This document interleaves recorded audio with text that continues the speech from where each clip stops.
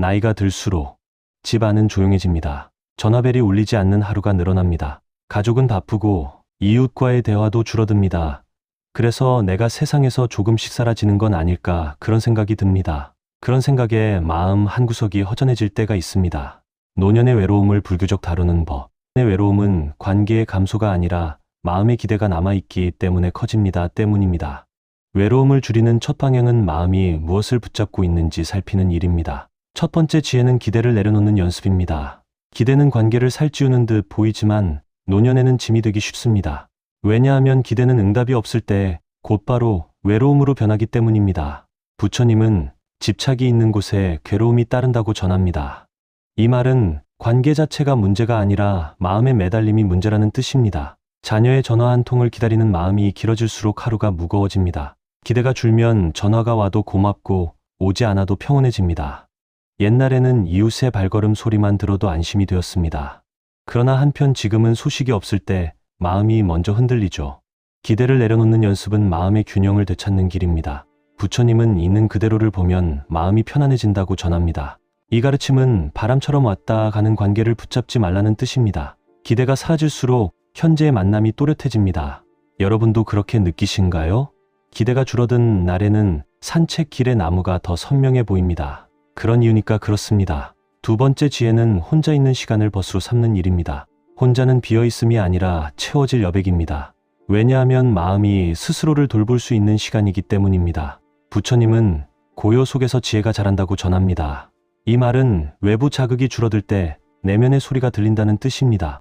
아침에 무릎을 천천히 풀며 숨을 고르는 시간은 혼자라서 가능합니다. 혼자 있는 시간이 길수록 자신과의 대화가 깊어집니다. 옛날에는 마루에 앉아 해가 기우는 것을 보곤 했습니다. 그 시간에 마음은 서두르지 않았습니다. 서양의 철학자도 사유는 고독에서 성숙한다고 말합니다. 이 말은 외로움과 고독을 구분하라는 조언입니다. 고독은 선택이고 외로움은 저항입니다.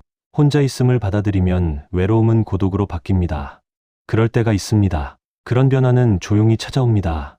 세 번째 지혜는 몸을 돌보는 일상 수행입니다. 몸의 감각은 마음을 현재로 불러옵니다. 왜냐하면 통증과 호흡은 지금 이 순간에만 존재하기 때문입니다. 부처님은 몸을 관찰하면 마음이 가라앉는다고 전합니다.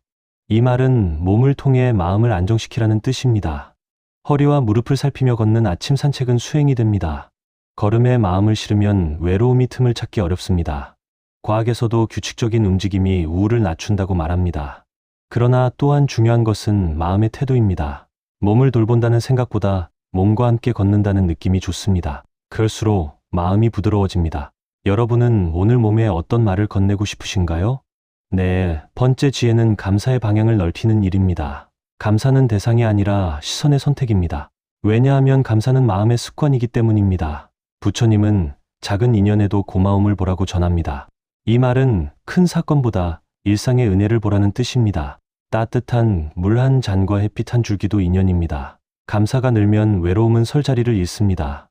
옛날에는 밥상에 오르는 모든 것이 귀했습니다. 그 기억을 떠올리면 지금도 충분함이 느껴집니다. 그래서 감사는 과거와 현재를 잇습니다. 감사를 적어보면 마음이 정리됩니다. 그런 이유니까 그렇습니다. 다섯 번째 지혜는 관계의 수를 줄이고 깊이를 살리는 일입니다. 많은 인연보다 한 사람의 진심이 힘이 됩니다. 왜냐하면 에너지는 한정되어 있기 때문입니다. 부처님은 좋은 벗은 길의 절반이라고 전합니다. 이 말은 깊은 관계 하나가 삶을 지탱한다는 뜻입니다. 오래된 친구 한 명과의 차 한 잔이 하루를 밝힙니다. 한편 관계를 유지하려 애쓰지 않아도 됩니다. 서로의 속도를 존중하면 만남이 편안해집니다.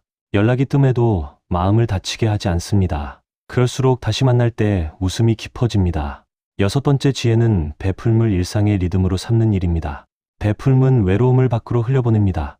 왜냐하면 마음의 관심이 나에서 너로 이동하기 때문입니다. 부처님은 나눔은 마음을 넓힌다고 전합니다. 이 말은 물질보다 마음의 방향을 말합니다. 텃밭의 채소를 이웃과 나누는 일은 큰 공덕입니다. 작은 도움도 충분합니다. 베풀문 계산이 없을 때 가렵습니다. 받는 이의 표정보다 주는 이의 마음이 먼저 밝아집니다. 그래서 외로움이 머물 공간이 줄어듭니다. 일곱 번째 지혜는 무상함을 받아들이는 관점입니다.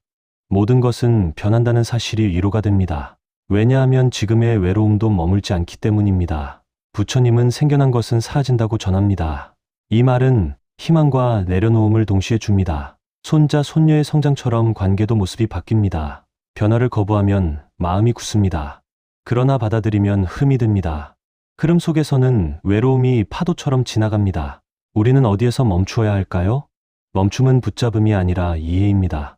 8번째 지혜는 마음을 관찰하는 짧은 명상입니다. 명상은 시간을 길게 쓰지 않아도 됩니다.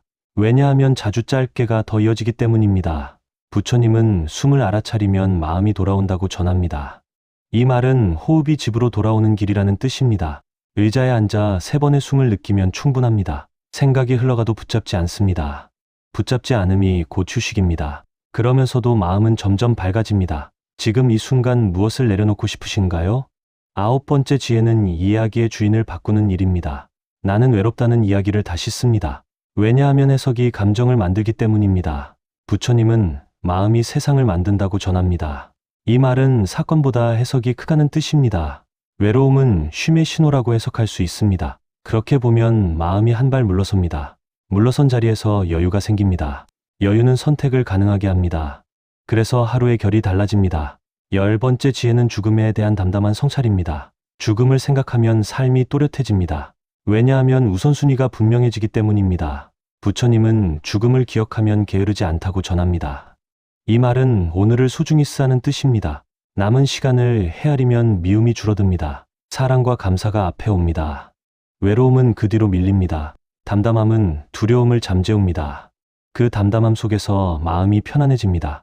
외로움은 없애야 할 적이 아니라 이해할 손님입니다. 불교의 지혜는 마음의 자리를 바꾸는 법을 알려줍니다. 오늘 한 가지라도 실천해보면 좋겠습니다.